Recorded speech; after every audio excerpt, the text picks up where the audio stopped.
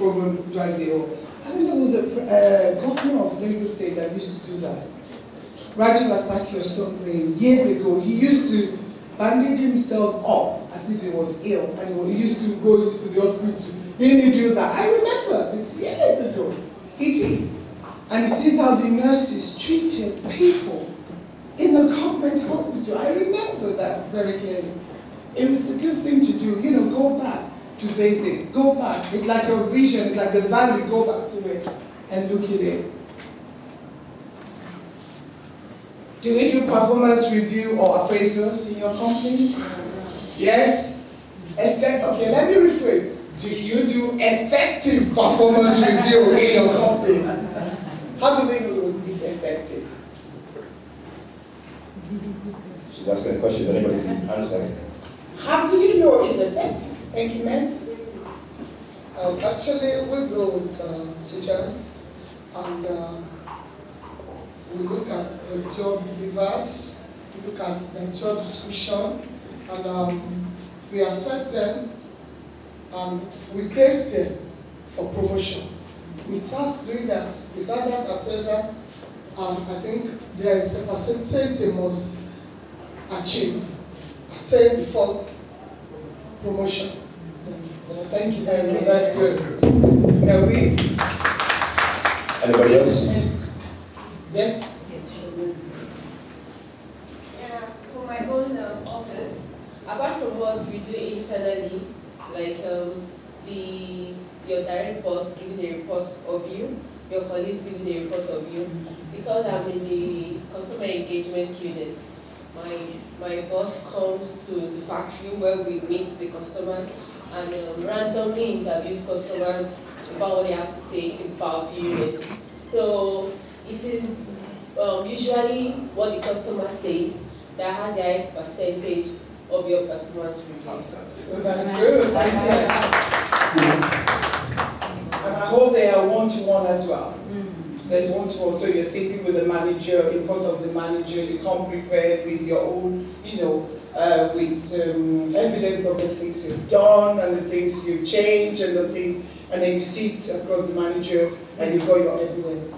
I believe solely in that, yes, performance review of people, but I love this guy too when I found it. He said, I don't have time to write your performance review, so I'll just criticize you in public from time to time. And sometimes the companies do that. They're not doing one-to-one with a person that is doing the job. And also in performance review, there must be objectives, and there must also be targets for the next year, so that the person knows what like you said, man, before promotion, there must be goals and targets they need to meet before you feel or deem them, ready to move on that next step. So performance review as well just helps us to know where they are, and where they need to go. So it's the basis in which you can find out where people are, and then you can work with them to take them to where you want them to go and everything. So yes, I believe so in performance review, not just criticism. And even criticism of any staff member or being angry with staff publicly, it's a no-no, because it demoralizes spirit. I know in our neck of wood, they wouldn't, because that's it. It'll be money in my pocket, because I'll sue the manager. They can't, because you're not allowed to do that. And if you see that somebody's got, it's an issue around the person, you need to performance manage them properly, not just openly criticize them. But I just thought the cartoon was very, very funny, and I wanted to put it up. I put the ladder on because he said you can take your team up. You take them with you, you achieve more. You achieve more. Always remember, yes, as the manager, as the director, you're the top running ahead, but always take your team with you for you to succeed. And that's very, very important. Yeah. And we talk about surveys and feedback. So of customers, both internal, external customer, we must always think about that. Feedback is very, very important. Yeah, take the time. Let's create a culture in which I do, as much as I can, I will stay in the company and I will fill out their form. The flight we came on, everything was good, but there are a few issues. I stopped and I completed the feedback form. Let's encourage your customers as well. It's good for you to have feedback because then you know what you're doing well and you keep at it, and you know what you need to improve at. Or if you don't know you need to improve, you don't know what you don't know. That's it. So I do take time to get feedback. Some of the eatery places, I think I might try and find them to do feedback. Some are very, very good. Customer service were great. And some scares me. Some of the ladies at the counter, no smile, no good morning.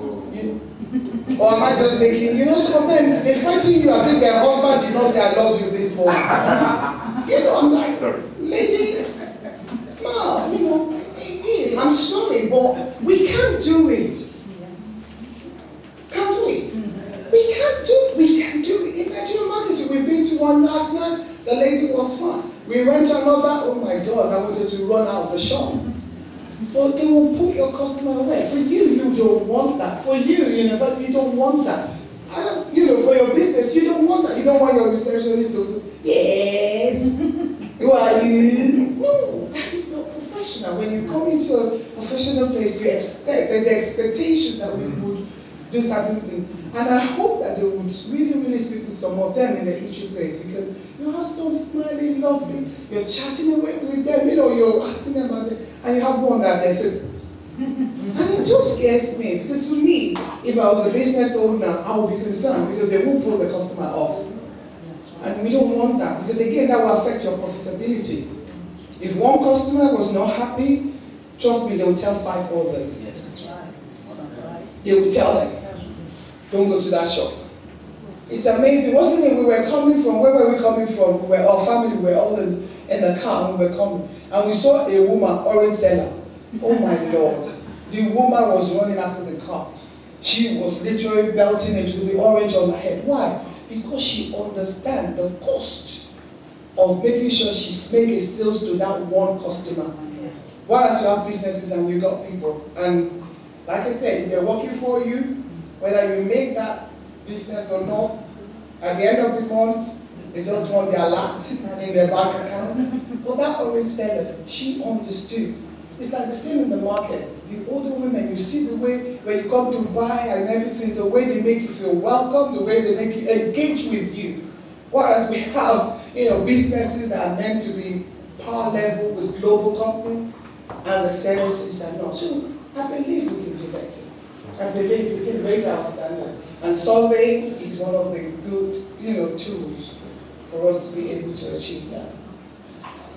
I think that's my last one. Thank you very much. I hope you have a fantastic time. And I hope you challenge you.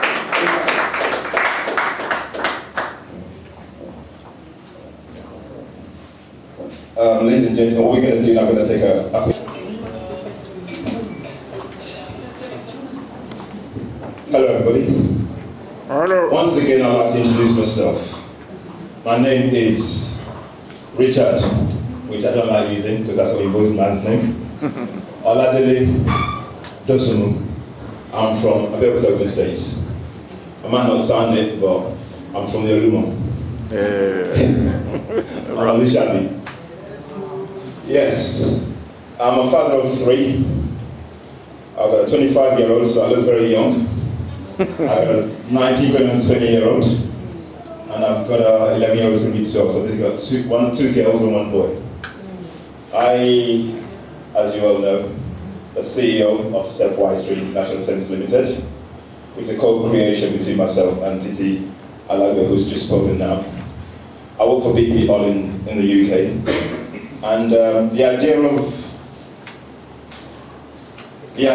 Stepwise came up about 2 years ago. I came to Nigeria with my kids for the first time. They've never been here before. First thing, I was not expecting much. Seriously, because I come here quite a lot, so I was starting from 0 upwards. My expectation was very, very low. My kids had never been, so they didn't know what to expect. We got to the airport, so this is our story.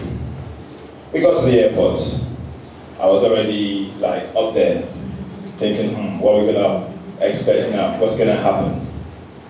Lo and behold, guess what? There's my bag. It did come into the plane with us. I was getting irritated. I need to control myself because I'm a service professional. But sometimes when it's personal, you're thinking, oh, I was getting irritated, I was getting agitated, I was thinking, typically, yeah, I was expecting that, which is not a good place to be, but that's what happened. My son, who's never been to Nigeria before, he said to me, Dad, calm down. I'm thinking, what do you mean? They lost our bags. He said, just calm down, Dad. I said, okay, all right. So I calmed down.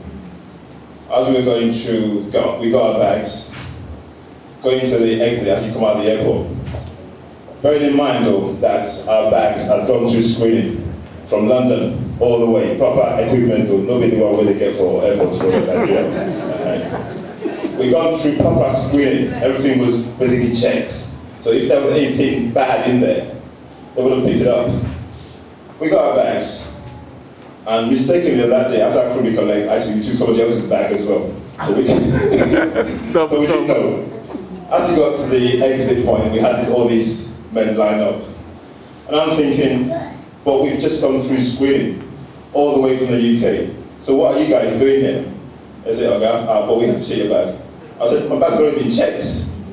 What's the point of you guys being here? But that's how I go, okay. I had to calm myself down again. My son kept reminding me, saying, okay, Dad, just calm down. So I kind of calmed down. Obviously, because we had about 10 bags, they couldn't go through the whole lot. So they just flippantly just opened one up. I said, okay, you go. What do you bring for us? I said, oh no. And those are the things that gets up my nose. You're there to do a job, you're a service personnel. Anyway, that's another story. We came out, that was the airport. The next incident was at, I'm not going to name the name of restaurants. We went there. Like she said earlier, because I'm a service professional, I expect when I'm spending my hard-earned pounds sterling, because it's not easy to earn pounds in the UK, I tell you guys, if you want to come over, it's hard work. We got there, there was no smile, frosty faces. I expect, and I'm going to speak to a lot of people, as a service professional, you're supposed to actually provide a service to people. You're paid to do the job. If you don't like the job, don't do it. Don't be there. We got there, the lady was the order, she took our orders. She was looking at me and said, okay, sir, okay, fair enough, you respect me. She couldn't get the order right. We asked for rice. I don't know, kids asked for something, but basically, we did not get the order right. My point is, if you're providing a service, pay attention. That was the restaurant. If I can remember correctly, also we went to, I can't remember, it was a hotel. If my wife could remind me. Pardon? We went to quite a few places. Okay, but my point is, as we went all through these experiences, the service delivery was pretty poor. And when we went through, we sat down as a family, we kind of reflected on everything we went through. And then we were still here, and my son said to me, my kids actually said to me, they said, Dad, what are you complaining about? Instead of you being past the problem, why don't you find a solution? And this is basically where the idea of Stepwise came into play. So basically, we looked at it. And based on what we've seen so far, there's loads of training companies in Nigeria, loads of them, because I've Googled, I've done a lot of research, and there's loads. But there's something missing. The service standard is missing. And my son said to me, he said, Dad, let's do something about this. So based on our experiences and what we saw and what they told me, because I took up feedback from my kids, because basically they haven't known this country before. They said, oh, this, that, this is not right. So we got back to the UK. I had this idea in my head, and I'm thinking, who best to actually put this to, because we think the same way. So that's how I got Titi involved. And I'm thinking, yeah, we need to do something about this. It takes a while to make things happen. It takes time to actually move things, but it's better to you to do something than complain about it. That's why Stepwise was born, and that's basically how we started it. On that, there are certain things that we have, that we believe in. everybody's got values here. I'm sure a lot of people go to mosque and you go to church. And as you're growing up, your parents instill particular values in you. Okay. As individuals, as we conferred, we thought, okay, what do we believe in? How can we translate what we believe in to other people? So at Stepwise, what we came up with is our values. But before I go on the values, our vision, if you walked in through the door, what you saw there was transforming minds and raising the standards. That's basically the slogan we came up with. Transforming minds and raising standards. Basically, what's been there before is not working. In order for us to get to where we need to be, because we know this is a global village. Online, you can click, you can get anywhere. I met a few people through LinkedIn who are here today. This is basically through global networking, which works. And in order for us to be part of that global marketplace, we need to be able to get to the same level. And this is basically where transforming minds and raising standards came into play. So what we're basically trying to tell people is, to get to a particular place, you need to change your mindset. You need to change the way you think. The common phrase in Nigeria is, this is how we do it in Nigeria. It's not what we say, this is how we do it. We can't do nothing about it. And guys, that irritates me. I'm sorry to say. It does. Because basically what you're telling me is, that's the best you can offer. As service professionals, we need to actually look to improve on what we do. And you know what, I don't blame those people, because that's all they know. So my question or query is to the CEOs who are top managers in this place today. What training do you give your service professionals? What do you tell them? Because basically, don't forget that these service professionals are the projected personality of your business on the front line. So basically, that is our vision. That's how Transforming Minds and Raising Standards came into play. I was talking about the values.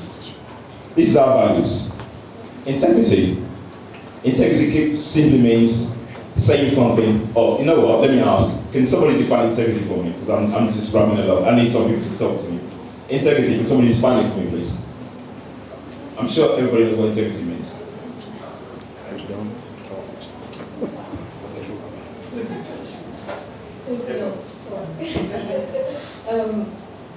I want to put in a layman Nigerian language. Your yes is yes, your right is right. Oh, I like that.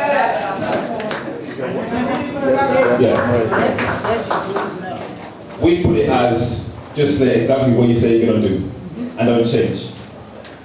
On that one, about 4 years ago, a business friend of mine actually was going to open a farm in Ogbomoso.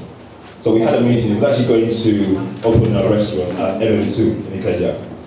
So we had a meeting with one of the directors there. The guy said, make sure you're not late. We being typically Nigerian and English people, we went there on time, 9 o'clock. Believe me, we were rushing to get there. This guy, we got in there, we registered our name. We spoke to the receptionist. And we said, okay, Mr. Susan so is expecting Mr. Akinwele, you know, and I was just tagging along. Guess what the secretary said? He said, okay, I didn't say you're coming, sir. Me and my friend looked at each other thinking, well, we spoke to this guy yesterday, and we're supposed to be expecting us. How come he's not there? So basically, we called the guy on his phone, and guess what? The guy said, I'll be there in 2 hours. Me and my friend looked at each other thinking, but we spoke to you last night. You said we should go to your office, we should wait for you. First and foremost, he didn't communicate with the secretary. Secondly, to me that was lack of respect. Integrity. When I go to a restaurant, I expect people to deliver on their service. It's very important. That's why we share that value, and I'm sure a lot of you share that value. If you believe in integrity, in whatever you do, you need to do what you say you're going to do. Like today, you know, we said we're going to start at 9:30. I'm sorry we were late, but that's where Transforming Minds and Raising Standards come into play. Because when we say to people, we need you to be at a particular place for a particular time, we need to honor that. And that's integrity. Even though we had to bend, to accommodate. But we're not used to things, so we have to learn. It's a learning curve for us. But this is basically what we're trying to bring to the market. When people say they're going to do something, let's stick to it.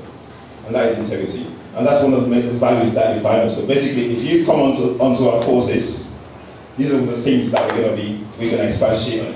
There's a lot more material there that we're going to embed. We embed into the training. So basically, if you, with your team members, if you're trying to tell them something, the science techniques, something you need to do to be able to deliver that service. And honesty and truth is equal anything. If you're a husband and wife, it's about honesty, isn't it? Excuse my language. It's about honesty. So if you don't trust your wife, how are you supposed to live together? The same thing applies as a family member. The same thing applies for where you work. It's about honesty and integrity. The next one there is empowerment. Empowerment is one of the key things that I think, and this one also, I'm not going to define it. I want somebody to define empowerment for me. So somebody please, empowerment, what do you think it is? I need people, please. Thank you. When you give somebody necessary skills, resources, thank you, my namesake. Can you give him a round of applause, please? Basically, it's empowering your staff to project the personality you're trying to portray. I'm not going to name names because I've got so many examples. Since I've been back, I've been going around and looking and checking out and seeing how they do things. Because basically it helps us to develop our program. It helps us to actually see the mindset of people. And empowerment, like my brother said, is simply empowering people to do the right thing, giving them the tools to do the right job. Can you just flip that? There's some code there. I want to just flip it. As a man thinks, so is he. That's very, very powerful. If you empower your staff with the right equipment, with the right tools, they will deliver the service the way you expect them to do it. Like Titi was saying earlier, it's about bringing people along. I've been into offices, guys. I've been into offices in Nigeria, and the atmosphere, it's like, Oga's coming, hey, sit down, don't eat. And I'm thinking, where I work in the UK, it's relaxed. Titi said earlier, she referred to bringing people along. What we do, it's not about who you are, it's about your team. And in order for you to actually get to where you need to go, as a service professional, you need to actually empower. And like that statement says, you need to give them the tools. Because like the people that, even though we go out there, we get frustrated with people at the restaurants who don't serve us very well, but they don't know any better. So what's the training like before you put them on the front line? Do you give them the right tools, the right attitude, the right skill set, or the right mindset? Did you give them any of those? Because, like I said, they are the projected personality of your business, and they speak for you. So if I go out there and they're not doing what you told them to do, can you blame them?